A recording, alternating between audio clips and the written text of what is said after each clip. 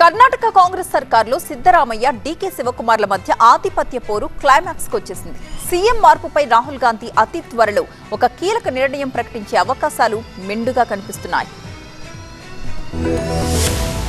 Karnataka CM మార్పుపై ఊహాగానాలు కొనసాగుతున్నాయి. 5 ఏళ్లు తానే సీఎం అని సిద్ధరామయ్య చెబుతుంటే డీకే శివకుమార్ సైలెంట్ గా పావులు కదుపుతున్నారు. డీకేను సీఎం చేయాలని డిమాండ్ చేస్తూ మరికొంతమంది ఎమ్మెల్యేలు హైకమాండ్ నేతలను కలిశారు. రాహుల్ గాంధీ దగ్గరే తేల్చుకోవాలని ఇరు వర్గాలు సిద్ధమయ్యాయి. మంగళవారం కాంగ్రెస్ అధ్యక్షుడు ఖర్గేతో రాహుల్ గాంధీ భేటీ అవుతున్నారు. ఈ సమావేశం తర్వాత కీలక నిర్ణయాలు తీసుకునే అవకాశం ఉంది. గత 2 రోజులుగా బెంగళూరులో ఇరుపక్షాల నేతలతో ఖర్గే మంత్రాలు చేస్తున్నారు. మరోవైపు డీకే శివకుమార్ వర్గం ఎమ్మెల్యేలు ఢిల్లీలోనే వేశారు. తనకు మద్దతిస్తున్న మంత్రులతో సమావేశమయ్యారు సిద్ధరామయ్య. తాజా పరిణామాలను ఖర్గేకి కూడా ఆయన వివరించారు. అసమ్మతి పార్టీపైన, పాలనపైన ప్రభావం చూపుతుందని ఖర్గేకు సిద్ధరామయ్య వివరించారు. ఏదో ఒకటి తేల్చేయాలని ఖర్గేకు సిద్ధరామయ్య విన్నవించారు. అయితే సీఎం పదవి అంశం తన చేతుల్లో లేదని తేల్చేశారు ఖర్గే. ఈ వివాదంలో రాహుల్ గాంధీ ఏ నిర్ణయం తీసుకుంటారనే దానిపై ఉత్కంఠ నెలకొంది. సీఎం పదవిపై హైకమాండ్ నిర్ణయానికి కట్టుబడి ఉంటారని సిద్ధరామయ్య మరోసారి స్పష్టం చేశారు. హైకమాండ్ తనను 5 ఏళ్లు సీఎం గా ఉండాలని కోరితే పదవిలో కొనసాగుతానని వెల్లడించారు.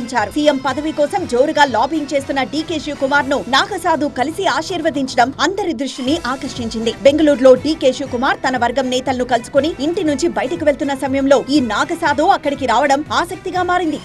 आशीर्वाद सीएम बनेंगे और भक्ति बढ़ती रही, विकास होता रहेगा। सर आपका नाम और कहाँ से? मैं काशी से।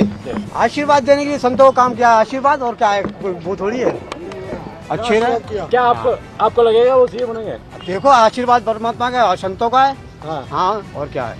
సిద్ధరామయ్య, డీకే శివకుమార్ ఆధిపత్య పోరులో నాగసాధు జోస్యం నిజమవుతుందా లేదా అన్న విషయంపై ఉత్కంఠ నెలకొంది. ఇదే సమయంలో ఎస్సీ సీఎం వాదన కూడా తెరపైకి రావడం కొత్త ట్విస్ట్ కు దారితీసింది. 2023లో జరిగిన అసెంబ్లీ ఎన్నికల్లో అధికారంలోకి వచ్చిన కాంగ్రెస్ ప్రభుత్వం చెరో 2.5 ఏళ్ల పాటు సీఎం గా ఉంటారని ఇద్దరి మధ్య ఒప్పందం జరిగినట్లు వార్తలొచ్చాయి. కర్ణాటకలో కాంగ్రెస్ ను అధికారంలోకి తీసుకురావడంలో డీకే కీలక పాత్ర పోషించినప్పటికీ మెజారిటీ ఎమ్మెల్యేల మద్దతు మాత్రం సిద్ధరామయ్యకే ఉన్నట్లు చెప్తున్నారు.